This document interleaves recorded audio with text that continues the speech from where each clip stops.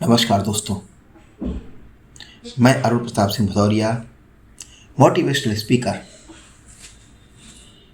आज आपसे एक छोटी सी कहानी साझा करने जा रहा हूं, जो कि बहुत ही प्रेरणादायक है और उसे अपने जीवन में उतारना चाहिए। दोस्तों, मैंने ये कहानी सोशल मीडिया पर पढ़ी और मुझे अच्छी लगी, तो आप लोगों के साथ शेयर कर रहा हूं। कहानी का शीर्षक है, मेरी इस मजदूरी का हिसाब तो स्वयं भगवान रखते हैं। अस्पताल में कोरोना मरीज का केस आया। मरीज बेहद सीरियस था।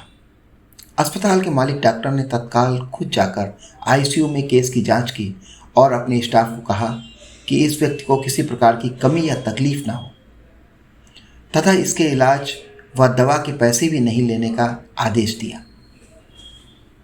मरीज तकरीबन 15 दिन तक अस्पताल में रहा। जब बिल्कुल ठीक हो गया और उस मरीज का तकरीबन 2.5 लाख रुपए का बिल अस्पताल के मालिक डॉक्टर की टेबल पर आया, डॉक्टर ने वार्ड बॉय से कहा, उस मरीज को लेकर मेरे चैम्बर में आओ। मरीज को व्हील चेयर पर चैम्बर में लाया गया। डॉक्टर ने मरीज से पूछा, भाई मुझे पहचानते हो? मरीज ने कहा, लगता तो है, मैंने आपको कहीं देखा है। डॉक्टर ने कहा, याद करो। लगभग 2 साल पहले उस रोज मैं परिवार सहित पिकनिक मनाकर लौट रहा था कि अचानक कार में से धुआं निकलने लगा और गाड़ी बंद हो गई। अंधेरा थोड़ा थोड़ा घिरने लगा था। चारों ओर जंगल और सुनसान था। परिवार के हर सदस्य के चेहरे पर चिंता और भय की लकीरें दिखने लगी थी और सब भगवान से प्रार्थना कर रहे थे कि कोई मदद मिल जाए। थोड़ी ही देर में चमत्कार हुआ। बाइक के ऊपर तुम आते दिखाई पड़े। हम सब ने दया की नज़र से हाथ ऊंचा करके तुमको रुकने का इशारा किया। तुमने बाइक खड़ी करके हमारी परेशानी का कारण पूछा।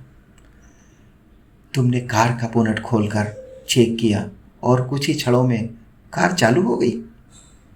हम सबके चेहरे पर खुशी की लहर दौड़ गई। हमको ऐसा लगा कि जैसे भगवान ने आपको हमारे पास भेजा है, क्योंकि उस सुनसान जंगल में रात गुजारने के ख्याल मात्र से ही हमारे रोंगटे खड़े हो रहे थे। तुमने मुझे बताया था कि तुम एक गैराज चलाते हो। मैंने तुम्हारा आभार जताते हुए कहा था कि रुपए पास होते हुए भी ऐसी मुश्किल समय में मदद नहीं मिलती। तुमने ऐसा कठिन समय में हमारी मदद की।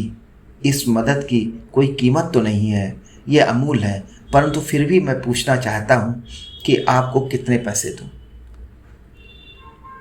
उस समय तुमने मेरे आगे हाथ जोड़कर जो शब्द कहे थे, वह शब्द मेरे जीवन की प्रेरणा बन गए। तुमने कहा था कि मेरा नियम और सिद्धांत है कि मैं मुश्किल में पड़े व्यक्ति की मदद के बदले कभी कुछ नहीं लेता। मेरी इस मजदूरी का हिसाब भगवान स्वयं ही रखते हैं। उसी दिन मैंने सोचा कि जब एक सामान्य आय का व्यक्ति इस प्रकार के उच्च विचार रख सकता है और उनका संकल्प पूर्वक पालन कर सकता है, तो मैं क्यों नहीं कर सकता हूँ। और मैंने भी अपने जीवन में यही संकल्प ले लिया। 2 साल हो गए, मुझे कभी कोई कमी नहीं पड़ी, अपितु पहले से भी अधिक मिल रहा है। यह अस्पताल मेरा है।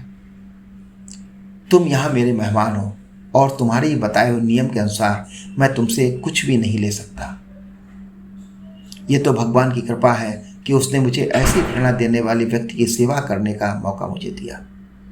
ऊपर वाले ने तुम्हारी मजदूरी का हिसाब रखा और वो हिसाब आज उसने चुका दिया। मेरी मजदूरी का हिसाब भी ऊपर वाला रखेगा। कभी जब मुझे ज़रूरत होगी वो ज़रूर चुका देगा। डॉक्टर ने मरीज से कहा, तुम आराम से घर जाओ और कभी भी कोई तकलीफ हो तो बिना संकोच के मेरे पास आ सकते हो।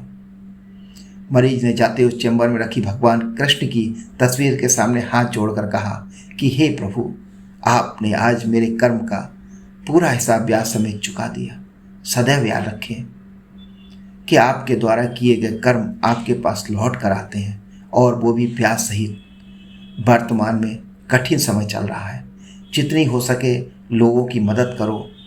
आपका हिसाब भी ब्याज समेत वापस आएगा। दोस्तों, इस कहानी पर अमल करने की कोशिश जरूर करनी चाहिए और ये कहानी आपको यदि अच्छी लगे तो अपने इष्ट मित्रों को भी भेजें।